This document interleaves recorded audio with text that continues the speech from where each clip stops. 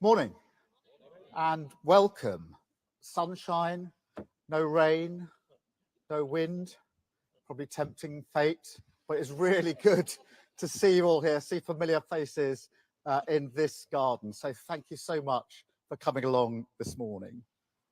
When I stood on the steps of Downing Street just over there 2 months ago, I promised that this government would serve people like you, apprentices, teachers, nurses, small business owners, firefighters, those serving our community and our country every day. I promised that we would get a grip on the problems that we face and that we would be judged by our actions, not by our words. I said before the election, and I say it again really clearly today, growth, and frankly by that I do mean wealth creation, is the #1 priority of this Labour government. And that's why in our first few weeks we've set up the National Wealth Fund, because we want every person and every community to benefit. It's why we've unlocked planning decisions, because we're going to build 1.5 million new homes. It's why we set up Great British Energy to create good jobs and cut people's bills. And it's why we ended the national strikes that have crippled our country for years. Because I defy anyone to tell me that you can grow the economy when people can't get to work because the transport system is broken, or can't return to work because they're stuck on an NHS waiting list. We've done more in 7 weeks than the last government did in 7 years. And these are just the first steps towards the change that people voted for, the change that I'm determined to deliver. But before the election, I also gave a warning. I said change would not happen overnight. When there's a deep rot at the heart of a structure, you can't just cover it up. You can't just tinker or rely on quick fixes.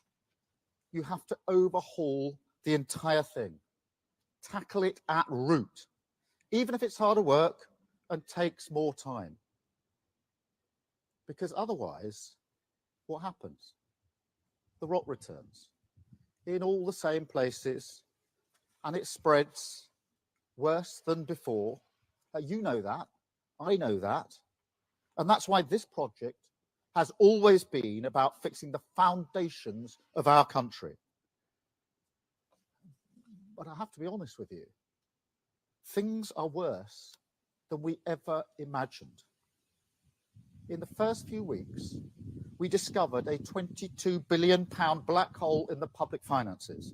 And before anyone says, oh, this is just performative or playing politics, let's remember the OBR did not know about it. They wrote a letter setting that out. And they didn't know because the last government hid it. And even last Wednesday, just last Wednesday, we found out that thanks to the last government's recklessness, we borrowed almost £5 billion more than the OBR expected in the last 3 months alone. That's not performative, that's fact. But as well as the things that we've discovered, we've also seen shocking scenes across the nation. A mindless minority of thugs who thought that they could get away with causing chaos, smashing up communities and terrifying minorities, vandalizing and destroying people's property, even trying to set fire to a building with human beings inside it. And as if that wasn't despicable enough, people displaying swastika tattoos, shouting racist slurs on our streets, Nazi salutes at the cenotaph, the very place we honour those who gave their lives for this country, desecrating their memory under the pretense, and it is a pretense, of legitimate protest. Now they're learning that crime has consequences, that I won't tolerate a breakdown in law and order under any circumstances, and I will not listen to those who exploit grieving families and disrespect local communities. But these riots didn't happen in a vacuum. They exposed the state of our country, revealed a deeply unhealthy society, the cracks in our foundations laid bare, weakened by a decade of division and decline, infected by a spiral of populism which fed off cycles of failure of the last government. Every time they faced a difficult problem, they failed to be honest. They offered the snake oil of populism, which led to more failure, round and round and round, stuck in the rut of the politics of performance. I saw the beginning of that downward spiral firsthand back in 2011, when riots ripped through London and across the country. I was then Director of Public Prosecutions. And when I think back to that time, I see just how far we have fallen. Because responding to those riots was hard. Of course it was. But dealing with the riots this summer was much harder. Back in 2011, I didn't doubt that the courts could do what they needed to do. This time, to be honest with you, I genuinely didn't know. Let me tell you this, every day of that disorder, literally every day, we had to check the precise number of prison places and where those places were to make sure that we could arrest, charge, and prosecute people quickly. Not having enough prison places is about as fundamental a failure as you can get. And those people throwing rocks, torching cars, making threats, they didn't just know the system was broken. They were betting on it, gaming it. They thought, they'll never arrest me. And if they do, I won't be prosecuted. And if I am, I won't get much of a sentence. They saw the cracks in our society after 14 years of failure, and they exploited them. That's what we've inherited. Not just an economic black hole, a societal black hole. And that's why we have to take action and do things differently. And part of that is being honest with people about the choices that we face, how tough this will be. And frankly, things will get worse before they get better.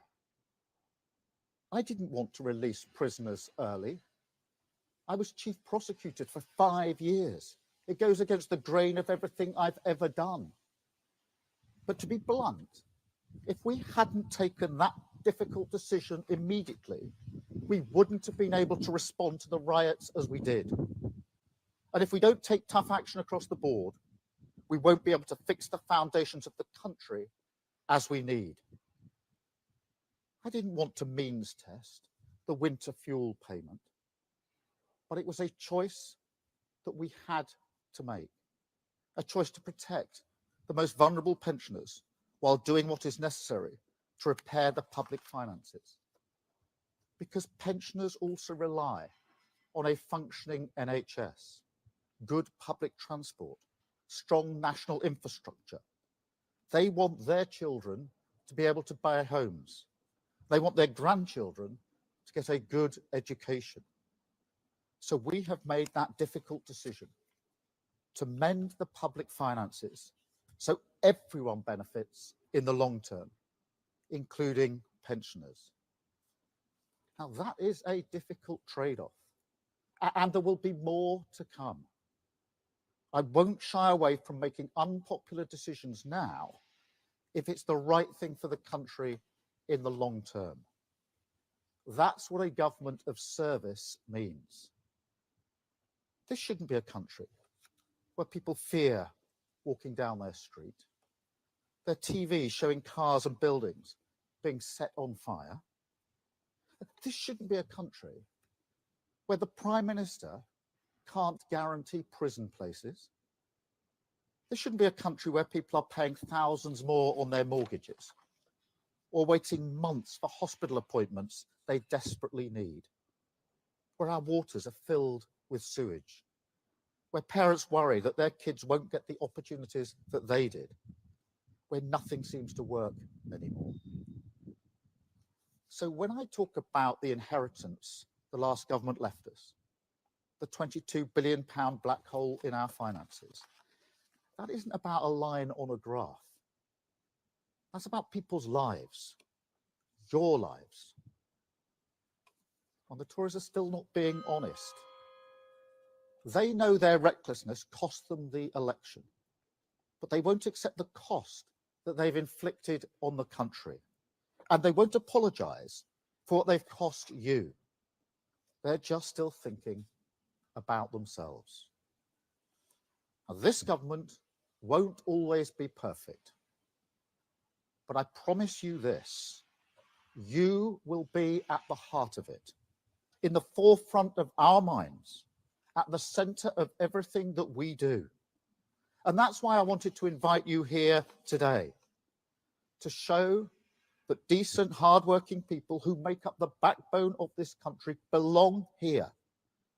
This is a government for you.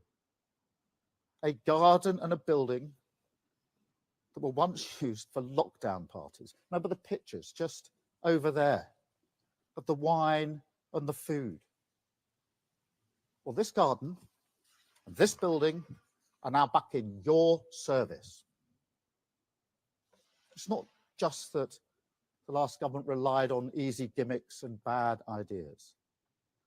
Those things happened precisely because the government itself lost its focus on the hopes and ambitions of working people. During those recent riots, I made huge asks of the police and of the criminal justice system. People already stretched to the limit.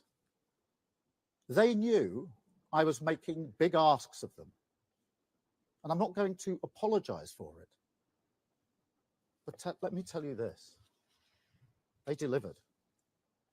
They deserve our gratitude. And that's why I went to Southport, to Lambeth, to Belfast, to thank them personally, to shake the hands of the first responders who rose up to the ask I was making of them. They deserve a government that trusts them, supports them, and works with them. That is the sort of government that we will be. One that works with people, not does things to them. One that believes in hard graft, not gimmicks. Honest about the challenges we face and working tirelessly to fix them. And that is how we will always work. Now, next week, Parliament returns. The business of politics will resume. But it won't be business as usual because we can't go on like this anymore. Things will have to be done differently. We will do the hard work to root out 14 years of rot, reverse a decade of decline, and fix the foundations. Between now and Christmas, we will carry on as we've started, action, not words. We will introduce legislation and take decisions to protect taxpayers' money, to take on the blockers by accelerating planning to build homes and boost growth. We will forward this autumn to harness the full potential of AI for growth and for the public good. We'll bring rail service into public ownership, putting passengers first. The biggest levelling up of workers' rights in a generation to give people security, dignity, and respect at work. And Great British Energy will be owned by the taxpayer, making money for the taxpayer, producing clean energy and creating good jobs. That is our focus for the rest of the year. But I will be honest with you, there is a budget coming in October, and it's going to be painful. We have no other choice given the situation that we're in. Those with the broadest shoulders should bear the heavier burden, and that's why we're cracking down on non-doms. Those who made the mess should have to do their bit to clean it up, and that's why we're strengthening the powers of the water regulator and backing tough fines on the water companies that have let sewage flood our rivers, lakes, and seas. But just as when I responded to the riots, I'll have to turn to the country and make big asks of you as well, to accept short-term pain for long-term good, the difficult trade-off for the genuine solution. And I know that after all that you have been through, that is a really big ask and really difficult to hear. That is not the position we should be in. It's not the position I want to be in. But we have to end the politics of the easy answer that solves nothing. But I also know that we can get through this together, because the riots didn't just betray the sickness, they also revealed the cure, found not in the cynical conflict of populism, but in the coming together of a country. The people who got together the morning after, all around the country, with their brooms, their shovels, their trowels, and cleared up their community. They reminded us who we really are. I felt real pride in those people who cleaned up our streets, rebuilt the walls, repaired the damage. And I couldn't help thinking about the obvious parallels. Because imagine the pride we will feel as a nation when, after the hard work of clearing up the mess is done, we have a country that we have built together, built to last, that belongs to every single one of us, and all of us have a stake in it. Our hard work rewarded a dozen times over, because we'll have an economy that works for everyone. An NHS not just back on its feet, but fit for the future. Streets that everyone feels safe in. Our own clean energy right here, and giving every child, wherever they come from, whatever their background, the chance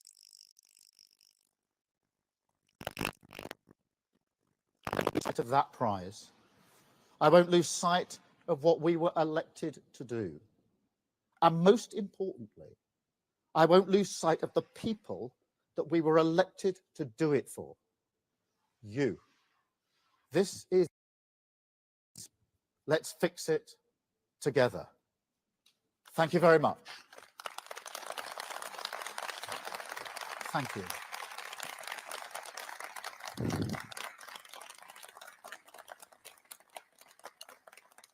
Now I've got a number of questions from the media, and I'll start, if I may, with Vicky Young from BBC News. Vicky. Vicky Young, BBC News. Prime Minister, you say that you want to be open with people, but some will think that you weren't honest during the election campaign about changes to, for example, winter fuel allowance. And many now want to know what the impact of the budget will be. So if you're being honest, can you tell them now what kind of tax rises you're considering? Well, two or three things Vicky say about that in the first place.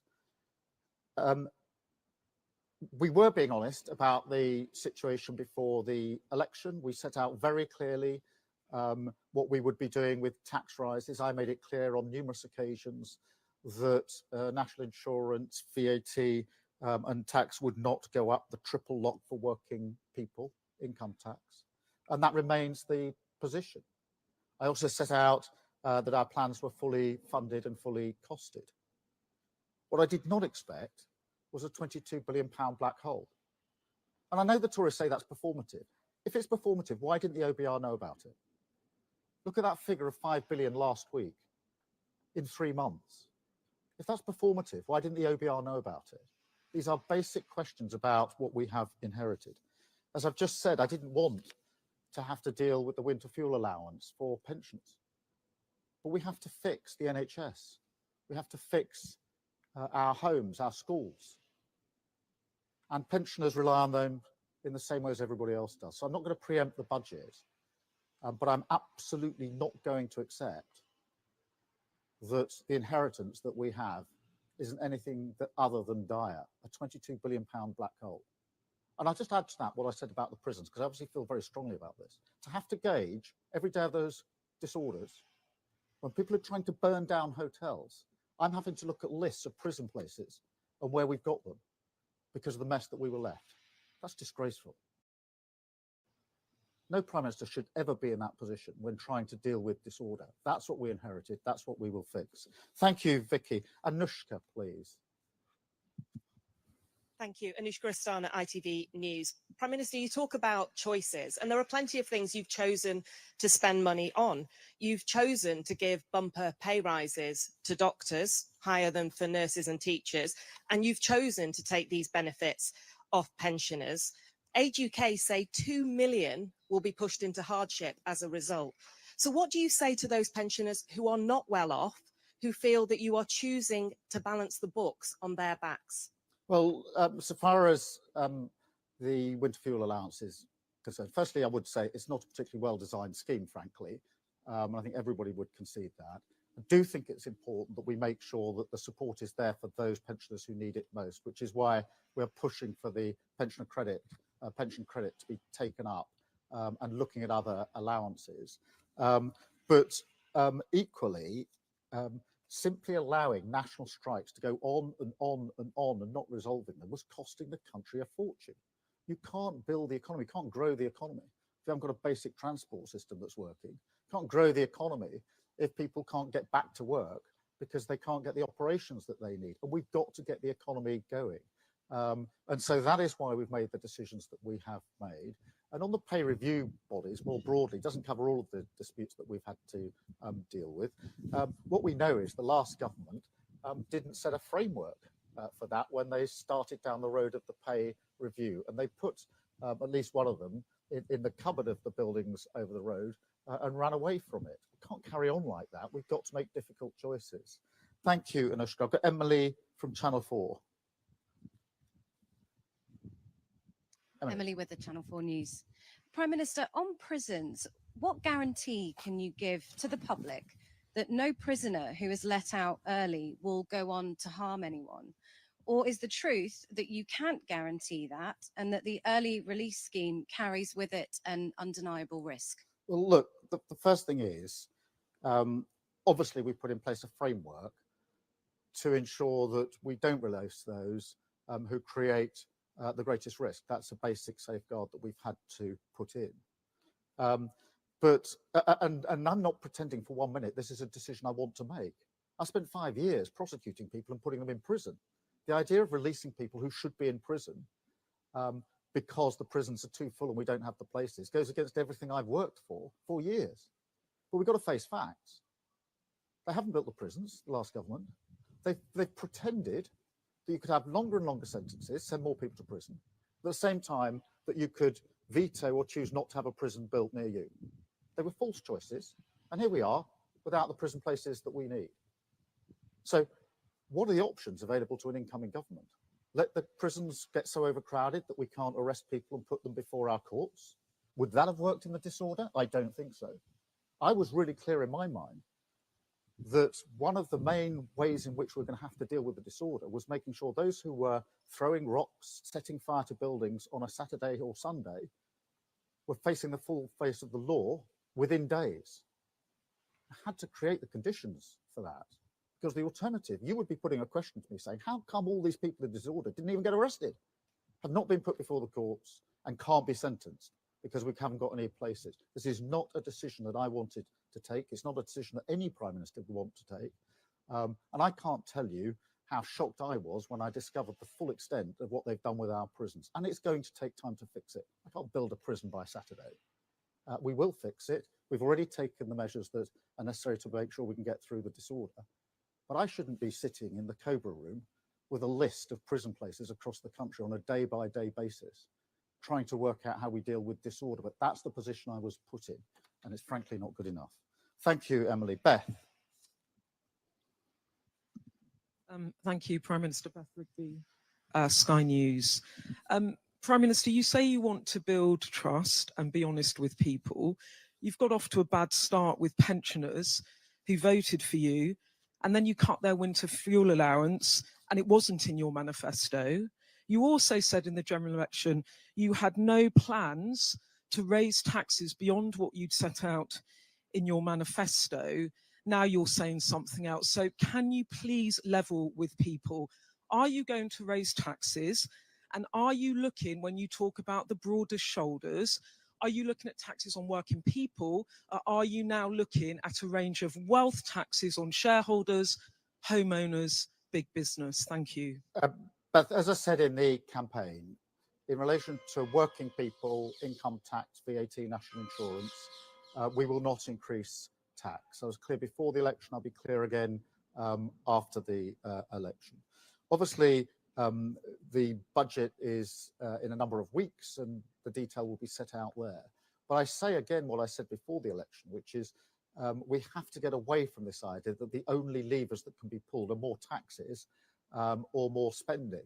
Our number one mission is to grow the economy, to make sure that we are creating the money in the first place. That remains the number one mission. Nothing knocks that mission. And that's why it's really important we have a transport system that works. That's why it's really important we have an NHS capable of getting through the backlog. That's why it's important we have the National Wealth Fund, Great British Energy, that we unlock planning so that we can get on. All of those decisions are decisions we've taken in the first 7 weeks to make sure we get the economy where we need it. But we're going to have to take tough decisions. I did not cater for a £22 billion black hole. And that's because it wasn't on the ABR's books. We were looking at the available, as you were, the available material.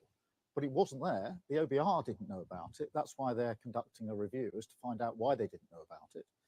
But £22 billion black hole on top of what we knew to be the situation is a problem that I'm not just going to pretend isn't there or that we can easily fix. We're going to have to fix it. We're going to have to fix it quickly, because I genuinely do not think that the politics where we simply pretend things can be done that can't be done is working.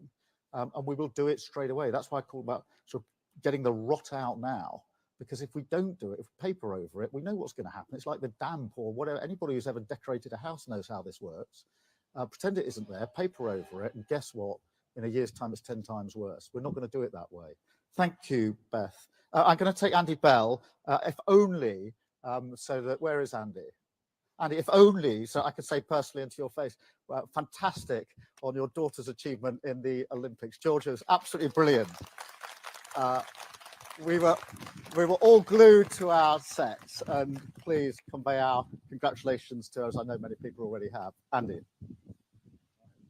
Thank you. Well, I wasn't quite expecting that, but thank you very much for that message. Prime Minister, you talk about getting the rot out. Your administration's already been criticised for making a lot of appointments, political appointments, inside the civil service, inside what should be strictly non-political appointments. Wouldn't it be a good idea to have a review now by your Commissioner for Ministerial Standards, just to set the record straight, to clear the air? Because at the moment, a lot of people are wondering whether you really are getting the rot out in terms of the way public administration works. Well, look, Andy, most of these allegations and accusations coming from the very people that dragged our country down in the first place. So you'll forgive me if I take that approach to it. We are going to fix the foundations. We've got to do it at speed, and I'm determined to have the right people in the right places to allow us to get on with that job. I'm enormously aware of how big a task this is and how we have to move at pace.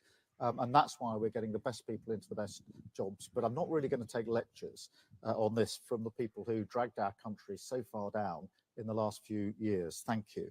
I've got Kieran from The Guardian.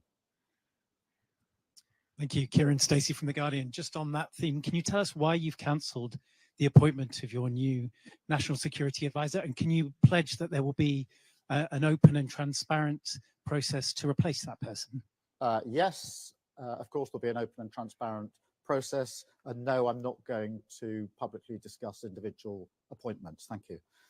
Jack from The Sun. Thank you, Prime Minister. Jack Elson from The Sun. You've made clear today your reasoning for giving big pay rises to public sector workers, but now you've shown you're willing to get your checkbook out. Do you not risk spending the rest of your premiership playing a game of whack-a-mole with ever-growing union demands? And just quickly, you spent a lot of time today looking back in anger, but are you happy that Oasis has decided to reform on your watch? What can I say in relation to that? It's very, very good. It's a great song. I'm not sure I'm the best place to champion it after the last 20 or 30 minutes. But look, let's see what happens with Oasis. In relation to the pay settlements, look, we were very clear before the election we weren't going to meet the demands of the unions. They were making demands which we did not think could be met, and we haven't met them. We'll take the same tough approach as we go forward in relation to any pay issues. We have to take that approach, and therefore I will be as tough on this as I was before the election, because we have to be tough about it. But I'm not going to pretend that having hospitals that can't operate properly is good for the economy, or having a transport system where people can't get to work is good for the economy. Just sitting it out year after year was costing a huge amount of money. So the government has to get the balance right. But let me be clear, I'm going to be really tough about this with the unions, as I'm being tough with everybody else, because this is part of the work we have to do to get out the rot and start to rebuild our country. Thank you. I've got Chris from The Times. Thank you, Chris Smythe from The Times. Just to follow up Andy's question about the widespread concern of people with Labour links being appointed to the civil service, was your answer effectively that process doesn't really matter when the task is so urgent? And if you are talking about honesty and service, can you not just explain why you appointed some of these people, why Lord Ali, for example, had downstream past what he was doing here? And again, on Betsy, you said clearly wealth taxes are in the frame. Are you also saying to people that further spending cuts are also being looked at? Well, let me be clear. I wasn't saying process doesn't matter. I think you and others have heard enough from me over the years to know that process does matter to me. Procedures do matter to me. And I'm absolutely determined to restore honesty and integrity to government, because I think that is core to ensuring that people appreciate that politics can be a force for good. I think one of the reasons people have been disillusioned, disaffected, if you like, in recent years is because they can't see politics as a force for good. So that process and procedure and doing things properly matters to me beyond the fact that it, as it were, should be done properly. I think it's core to politics. So I didn't mean that. And look, if you take Lord Ali, he's a long-term donor and contributor to the Labour Party. He was doing some transition work with us. He had a pass for a short-term time to do that work. The work finished and he hasn't got a pass. You know, that's the state of affairs. And the second bit of your question, I'm so sorry. Well, look, I mean, try as you might, I'm not going to preempt the Chancellor in relation to the budget. I am indicating we're going to have to be tough choices. Obviously, we made commitments in relation to tax on working people in the election, which we intend to honour. And I frankly don't want to have to take the tough decisions that we're going to have to take, but I'm not going to shy away. I genuinely think one of the problems in politics has been people standing at podium like this, pretending that hard choices don't need to be made, or pretending or knocking things down the road. We've seen, I don't know how much just knocked down the road, the other side of the election, get it somewhere else, don't take the decision. It's what happened with prisons. Decision should have been taken a long time ago. But each month it was just not another month, another month, another month, hoping somebody else would pick up the mess. We can't go on like that. So we're going to have to grip it. And I want to grip it early. And that's why I said in my speech, if we have to make unpopular decisions now in the short term, to make sure the long term, we can actually do the change that we want to do. The 5 missions in terms of rebuilding this country are really important to me. But I know I'm not going to be able to do them if I don't clear out the rot first and take those tough decisions. Thank you. I've got Daniel from the Telegraph. Hello, Daniel Martin from the Telegraph.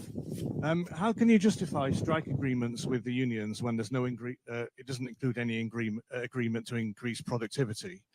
And secondly, on Ukraine, do you believe that Ukraine has the right to use Storm Shadow in Russia? Let me deal with both aspects of that. Look, we came to settlements on the pay disputes, which I think people would say were fair. The rate, what was asked was not what was given. There was clear negotiation in those discussions. And as I say, we can't pretend that strikes, which will be going on a long time, are doing anything other than holding our country back and costing us a future. There's no neutral cost to this. In relation to Ukraine, as I've said many times, the position of this government is no different to the position of the last government. No new decisions or different decisions have been taken. We have put additional resource in terms of what we're providing, both money commitments and weapons commitments. I'm not pretending the last government wouldn't have done that, by the way, because I genuinely think one of the good things about recent years in relation to Ukraine, and there's not much good that can be said of it, is that there's been a unity in Parliament on that. And as I've said to President Zelensky and the people of Ukraine, we will stand with them for as long as it takes. I'm not going to get into tactical questions about the use of weapons for reasons that I know you'll understand. David from the Mirror. Thanks, Prime Minister. Dave Boat from the Daily Mirror. Prime Minister, on the subject of hard choices, will safe and legal routes be extended on your watch? And do you think this can play a role in stopping the boats? Well, so far as stopping the boats is concerned, we have got to take down the gangs that are running the vile trade in the first place, which is why we're setting up the Border Security Command. It's why when we had the European Political Community meeting just 2 weeks after I was elected, and we had 46 European leaders to Blenheim, I discussed with them in some detail how we would work better together to take down the gangs that are running this vile trade in the first place. I'm absolutely clear in my own mind that that's how it will be most effectively done. Just as in the recent riots, I drew on my experience of 2011 in terms of what worked to deal with the riots. So with the gangs that are running this vile trade, drawing on my experience of having taken down terrorism gangs, those that smuggle guns and drugs, I think that the same can be done with those that are running this vile trade. Thank you. And then Lucy from the FT. Thank you, Lucy Fisher. Prime Minister, you've spoken today about restoring honesty and integrity to government. And in your manifesto, you pledged to establish a new independent ethics and integrity commission with its own independent chair. You've been in Downing Street for more than 50 days now. Can you commit to telling us when you're going to launch this commission? And can you confirm today that the chair will have the power to launch their own probes autonomously and that they will be able to publish independent verdicts from those probes? Thank you. Well, Lucy, look, that is a commitment that we made. We will stick to it. I don't have a precise date. I do think it's important that it can initiate its own inquiries, if you like, because that has been an inhibitor in the past.